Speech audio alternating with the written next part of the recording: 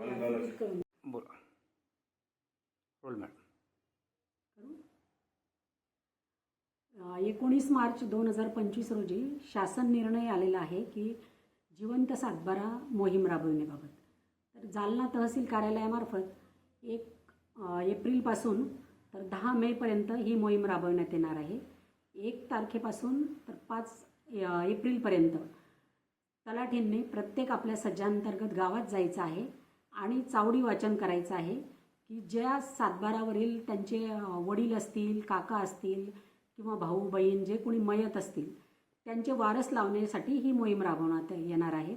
आणि यासाठी तलाठींनी प्रत्येक गावात जाऊन चावडी वाचन करायचं आहे 1 तारखेपासून तर 5 तारखेपर्यंत. आणि त्यानंतर संख्या निश्चित होईल की किती सातबारावर मयत लोकांची नावं आहेत. त्यानंतर 6 तारखेपासून तर 20 तारखेपर्यंत या ज्या मयत शेतकरी आहेत त्यांच्या वारसांनी तलाठी यांच्याकडे संपर्क साधून अर्ज द्यायचा आहे. त्याचबरोबर त्यांचं मयताचं मयत प्रमाणपत्र आणि वारस प्रमाणपत्र द्यायचं आहे. वारस प्रमाणपत्र हे कोर्टाचं द्यायचं आहे. जिथे वाद असतील तिथे कोर्टाचं वारस प्रमाणपत्र द्यावं, परंतु जिथे वाद नसतील तिथे सरपंच, पोलीस पाटील, ग्रामसेवक यांचं वारस प्रमाणपत्र त्यांनी द्यायचं आहे.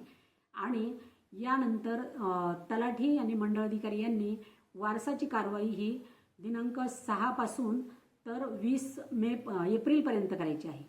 6 एप्रिलपासून तर 20 एप्रिलपर्यंत वारस नोंदची कारवाई करायची आहे. त्यानंतर जे काय त्याच्यात काही ठिकाणी ऑब्जेक्शन येतील तर त्यावर कारवाई करून मंडळ अधिकारी यांनी 21 एप्रिलपासून तर 10 मेपर्यंत ही वारसाची नोंद घेण्याची कारवाई पूर्ण करायची आहे.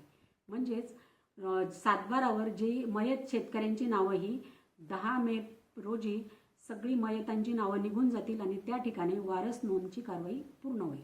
अशा पद्धतीने शासन स्तरावरून हा प्रयत्न आहे की सर्व सातबारे जे मयताच्या नावाने आज रोजी आहेत ते सर्व सातबारा जिवंत करण्याची मोहीम आहे. तहसील कार्यालयातर्फे आम्ही ही उद्यापासून मोहीम राबवत आहोत आणि प्रत्येक गावामध्ये तलाठी हे 1 पासून तर 5 तारखेपर्यंत जातील आणि चावडी वाचन करून ही पूर्ण मयत सातबाऱ्याबाबतची कारवाई पूर्ण करतील. काय आपलं नाव काय आपलं? मी तहसीलदार छाया पवार जालना या ठिकाणी पूर्ण जालना तालुक्यातील शेतकऱ्यांना आवाहन करते की त्यांनी जी मयतची नावं असतील सातबाऱ्यावर ती जिवंत करून घेण्याबाबतची कारवाई करावी आणि याबाबत कागदपत्रांची पूर्तता तलाठी मंडळाधिकारी यांच्याकडे देऊन त्यांना सहकार्य करावं.